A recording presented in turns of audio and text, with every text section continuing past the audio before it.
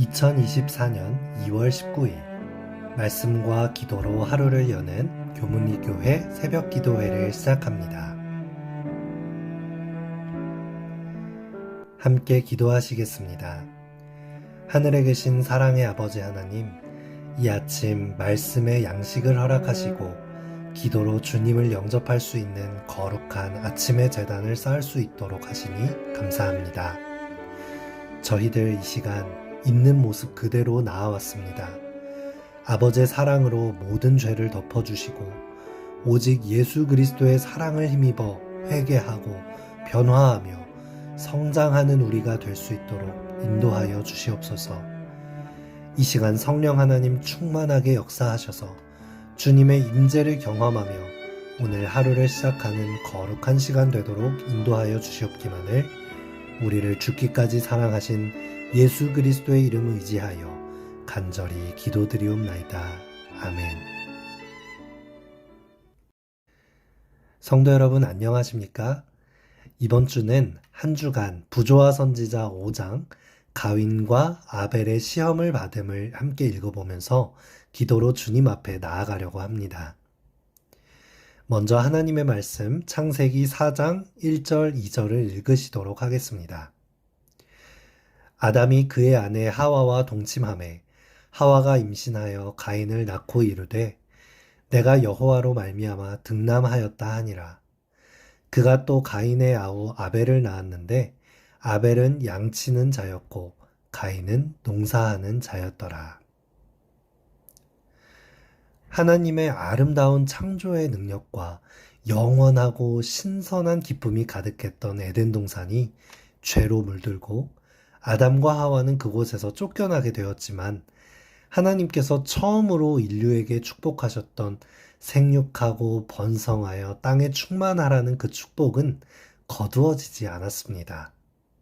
바로 아담과 하와의 가정에 아이가 태어난 것입니다.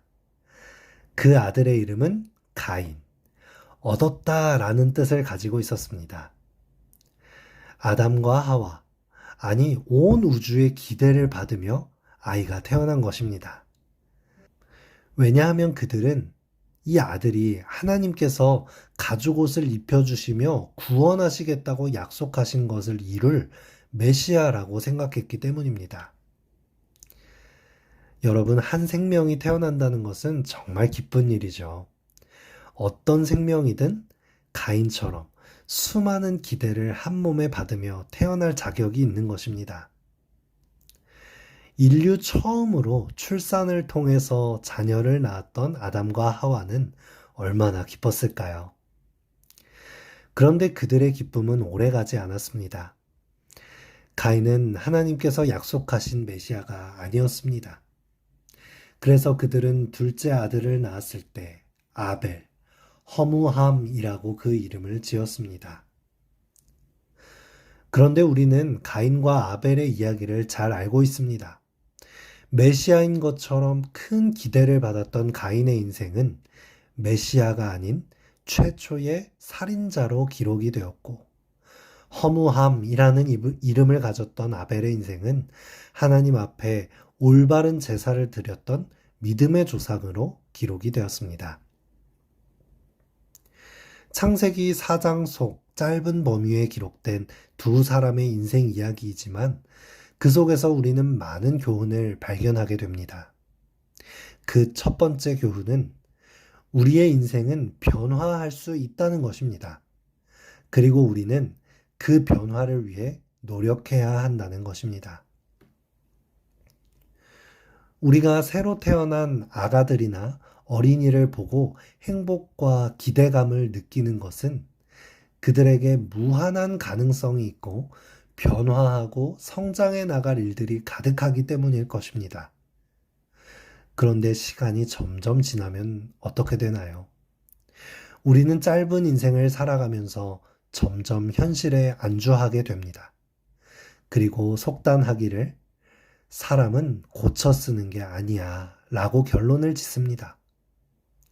처음 가졌던 변화와 성장에 대한 기대감이 없어져 버리는 것입니다. 사람의 타고난 기질, 성격, 이런 것들은 바뀔 수 없어. 내가 많이 노력해 봤는데 사람 바뀌지 않더라.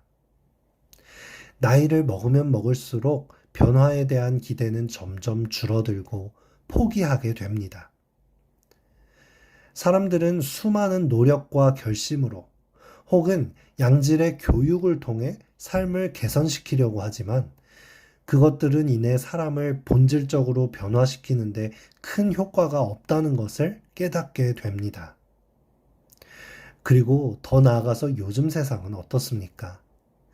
개인의 선택과 자유가 가장 중요한 가치로 여겨지기 때문에 다른 사람이 나에 대해서 바꾸려고 하고 변화시키려고 하면 극도로 거부감을 보이는 시대를 살아가고 있기도 합니다. 우리는 변화할 수 없는 것인가요? 더 이상 우리의 품성은 성장할 수 없는 것인가요? 사람은 고쳤을 수 없어. 사람은 쉽게 변하지 않아. 저는 이런 통념적인 말 뒤에 한마디를 더 붙이고 싶습니다. 그러나 하나님은 하실 수 있어. 하나님께서는 우리를 포기하지 않으시고 여전히 우리에게 변화와 성장의 기대감이 가득 찬 눈길을 보내고 계십니다. 그리고 우리의 변화를 통해 세상에도 이런 희망을 전할 수 있기를 바라보고 계신 것입니다. 부조화 선지자 72페이지입니다. 출생과 종교적 교훈에 관한 한 이 형제는 같았다. 둘 다 죄인이었으며 외관적으로 볼 때 그들의 신앙은 어떤 점까지는 같았다. 그러나 이것을 넘어서서는 둘의 사이의 차이는 컸다. 가인과 아벨, 그들의 환경은 같았습니다. 그들이 배울 수 있었던 하나님도 같았고 구원에 대한 지식도 같았습니다. 그런데 무엇이 그들의 삶의 차이를 가지고 왔을까요? 부조화 선지자 71페이지, 여기에 그 핵심 키가 나옵니다. 아담의 아들 가인과 아벨의 품성이 현격하게 달랐다. 무엇 때문에 달랐을까요? 아벨은 하나님께 충성하는 정신을 가졌으며 타락한 인류를 다루시는 창조주의 공의와 자비를 보고 감사하는 마음으로 구속의 소망을 받아들였다. 그러나 가인은 반역의 감정을 품었으며 하나님께 대하여 불평하였다. 그는 자신의 마음이 사단을 타락으로 이끈 동일한 방향으로 흐르도록 허용하였다. 그는 자기 찬양의 갈망과 하나님의 공의와 권위에 대한 의심을 품었다. 아벨은 비록 그 인생의 시작을 허무함이라는 이름으로 시작하였지만 그는 하나님께 충성하고 하나님의 율법에 있는 그대로 순종하며 창조주의 품성을 묵상하면서 삶의 감사의 태도를 가졌고 영원한 생명을 소망하였습니다. 그렇게 했을 때 그의 품성은 변화되었고 점점 성장하기를 멈추지 않았습니다. 반면 가인은 인간적인 큰 기대를 받을 만한 사람이었음에도 불구하고 하나님께 대한 반역과 불평을 가지고 하나님께서 원하시는 방향이 아니라 자신의 마음과 뜻을 행하는 데 집중하였습니다. 하나님의 방법을 늘 의심하고 죄가 주는 생각대로 자신의 마음이 흘러가도록 내어줬습니다. 하나님이 아니라 나의 노력, 나의 성과에만 초점을 맞췄을 때 그의 인생은 돌이킬 수 없는 범죄로 꼴지워졌습니다. 하나님을 믿는다는 것은 끊임없이 나의 품성이 개발되고 변화되는 것입니다. 그것은 단순히 나의 노력과 나의 능력으로 교육받고 개선되어지는 것이 아니라 죄로 인해 죽을 수밖에 없는 우리의 기질이 완전히 거듭나서 새로운 피조물로 태어나고 재창조받는 것입니다. 한 작가는 이렇게 글을 썼습니다. 하지만 당신이 잊지 말아야 할 사실이 있다. 사람은 고쳐 쓰는 것이 아니라는 것이다. 나조차도 나의 단점을 고치지 못하는데 어떻게 다른 사람의 단점을 고치겠는가?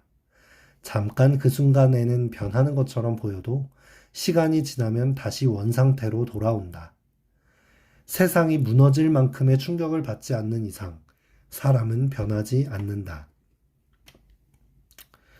언뜻 보면 우리의 유한한 인생의 관점에서는 공감이 가는 말입니다. 그런데 하나님의 관점으로는 맞지 않는 말입니다.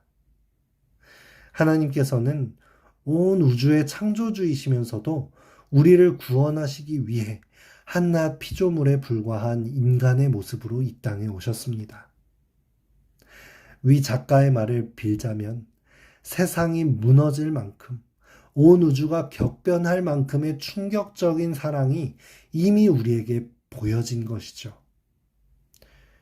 우리는 이런 하나님의 사랑으로 인하여 변화할 수 있는 것입니다. 우리가 서로의 변화를 포기하고 절망하는 시각으로 사는 것이 아니라 예수님으로 인해 서로를 기대와 희망에 찬 눈으로 볼 수 있게 되기를 바랍니다. 이 아침 함께 기도할 제목입니다. 새로운 한 주일 말씀 안에 승리하고 품성의 변화와 개발이 이루어질 수 있도록, 그리고 교회의 환우들을 위해서, 군입대를 하는 엄지민 청년을 위해서, 새학기를 앞두고 있는 우리 교회 학생들을 위해서 함께 기도해 주시기 바랍니다.